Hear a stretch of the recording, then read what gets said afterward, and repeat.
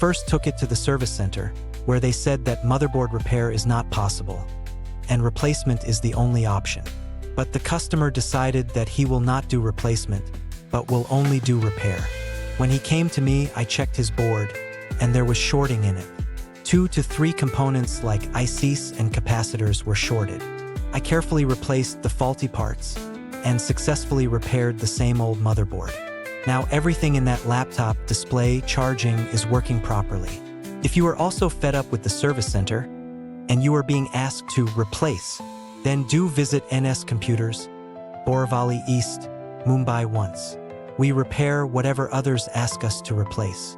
Contact 887-901-5529. Repair with trust.